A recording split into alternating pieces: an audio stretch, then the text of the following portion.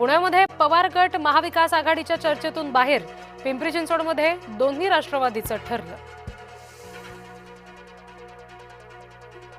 सांगलीमध्ये दोन्ही राष्ट्रवादी आणि काँग्रेसमध्ये युती होण्याची शक्यता, महाविकास आघाडीच्या गोपनीय बैठका सुरू असल्याची चर्चा.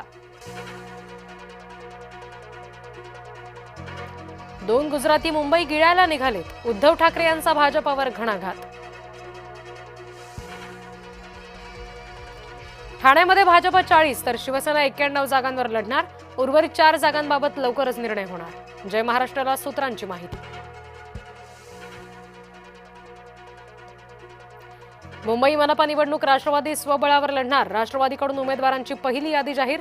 पहिल्या यादीमध्ये 36 उमेदवारांची नावं.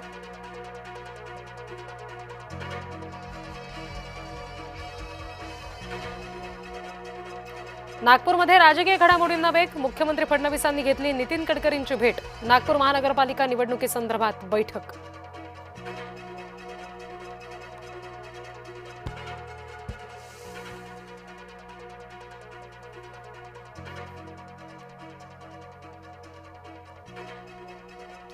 मुंबईमध्ये काँग्रेस वंचितची युती. काँग्रेस प्रदेशाध्यक्ष हर्षवर्धन सपकाळ यांच्याकडून घोषणा.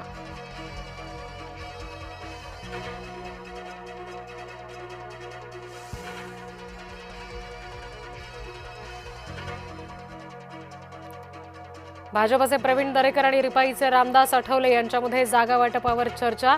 रिपाईला सन्मानजनक जागा देणार, दरेकरांचं वक्तव्य.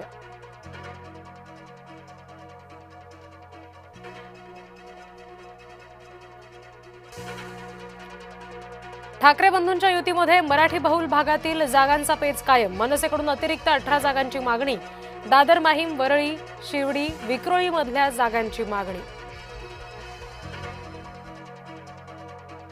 मनसेला हव्या त्या जागा मिळणार नाहीत. एकनाथ शिंदे यांच्या उठावाची जाणीव राज ठाकरेंना होईल, उद्योगमंत्री उदय सामंत यांचं सूचक वक्तव्य.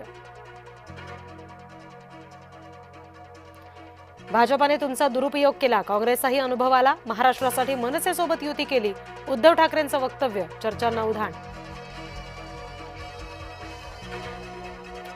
अशोक चव्हाणांना जनता त्यांची जागा दाखवेल. नांदेडचे काँग्रेस खासदार रवींद्र चव्हाणांची टीका. प्रकाश महाजन यांच्यावर शिवसेनेकडून मोठी जबाबदारी. महाजनांची शिवसेनेच्या प्रवक्तेपदी नियुक्ती. शरद पवार माझे गुरु. उद्योगपती गौतम अदानी यांच्याकडून पवारांची स्तुती. तर देशामध्ये विकासात अदानींचं योगदान. शरद पवार यांच्याकडून अदानींचं कौतुक. कृष्णराज महाडिक यांची निवडणुकीतून माघार. कालच भरला होता उमेदवारी अर्ज. पक्षपातळीवर झालेल्या निर्णयानुसार निवडणूक लढणार नसल्याचं दिलं स्पष्टीकरण. अहिल्यानगरमध्ये सोमवारी युती संदर्भात निर्णय घोषित होईल. मंत्री राधाकृष्ण विखे पाटील यांची माहिती. भाजपा, सेना आणि स्वाभिमान पक्षाची युती. अमरावतीमध्ये जागा वाटपाचा अंतिम निर्णय होईल. आमदार रवी राणा यांची माहिती. भाजपमध्ये रवींद्र धंगेकर यांची कोंडी होत असल्याची चर्चा. धंगेकरांचा मुलगा प्रणव अपक्ष निवडणूक लढण्याच्या तयारीत. सोलापूर मनपा निवडणूक राष्ट्रवादी काँग्रेस स्वबळावर लढणार. कृषी मंत्री दत्ता भरणे यांचं वक्तव्य.